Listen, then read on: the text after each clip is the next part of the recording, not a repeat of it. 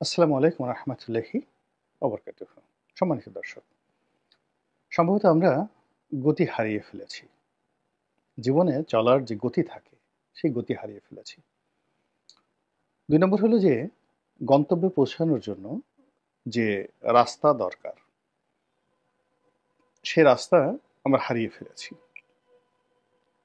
৩ নম্বর হলো আমরা যেখানে যেতে চাচ্ছি রাস্তা হারিয়ে সেই জায়গায় যাওয়ার জন্য আমাদের যে লাইট দরকার, এই আলোর পরিবর্তে অন্ধকারের কবলে পড়েছি, অমানিশার অন্ধকার।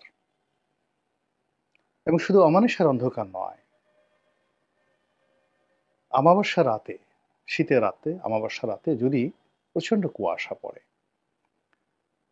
তাহলে আপনি টর্চ লাইট জ্বালিয়েও কোনো অবস্থাতে ১ হাত দূরে কি হচ্ছে আপনি দেখতে পাবেন না। ঠিক ওরকম একটা অবস্থায় আমরা পড়েছি। ধরুন আপনি ঢাকা থেকে চট্টগ্রাম যাবেন। তো আপনি যে হাইওয়েতে যাচ্ছেন তার পরিবর্তে আপনি একটা ধান ক্ষেতের মধ্যে ঢুকে পড়লেন। আপনার কাছে কোনো কম্পাস নাই। আপনি রাতের অন্ধকারের কারণে পূর্ব এবং পশ্চিম কিছু বুঝতে পারছেন না। প্রচণ্ড শীত এবং চারিদিকে শুধু কুয়াশা। এখন বলেন আপনি চট্টগ্রামে কবে যাবেন? কোথায় যাবেন? কিভাবে যাবেন? ঠিক একই অবস্থা কিন্তু শেখ হাসিনার হয়েছিল।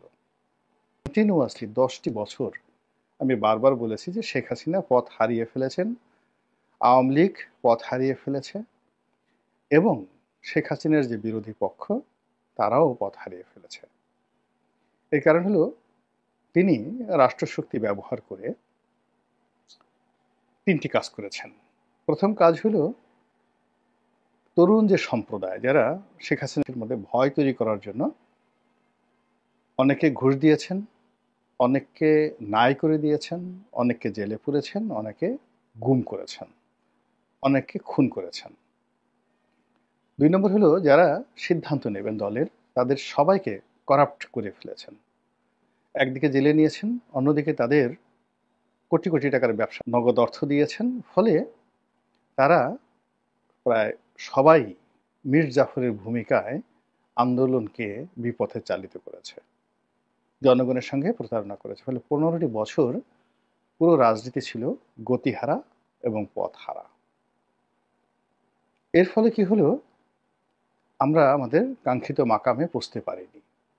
বহুবার আমাদের জীবনের সম্ভাবনা এসেছিল, এমনকি ধরুন সেই গণজাগরণ মঞ্চ, সেটা শেখ হাসিনা বিরোধী একটা আন্দোলন হতে পারত, কিন্তু এই পলিসি করার কারণে সেটাকে তিনি গিলে ফেলেছিলেন। হেফাজতের আন্দোলন, সেটি সরকার বিরোধী হতে পারত, থাকতে পারত, সেটাকে তিনি গিলিয়ে ফেলেছিলেন। দলগুলো তাদের নেতৃত্বের পরিবর্তন করা, কোন দলে কে বসবে, কে দলের প্রধান হবে, কে দলের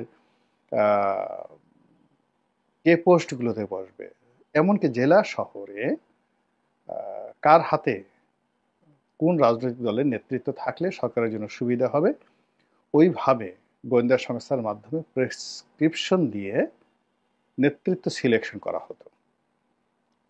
ফলে আমরা যেটা দেখতাম রাজপথে শোষা ফুংফাং, কিন্তু আলটিমেটলি সব জায়গায় জাফর রায় দুর্লভ ইয়ার লতিফের রাজনীতি এই ১৫ বছরে চালু ছিল।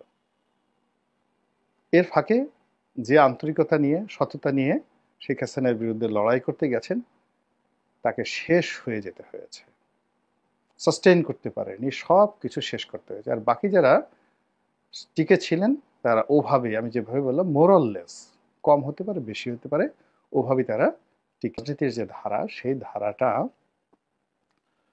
বলতে গেলে যারা নেতৃবৃন্দ তাদের অস্থি মজ্জা, রক্ত মাংস, মন মস্তিষ্ক সব জায়গাতে একেবারে মিশে গেছে। মানে হাড্ডিতে মিশে গেছে। হাড্ডির মধ্যে যে ওই যেগুলো আমরা চুষে চুষে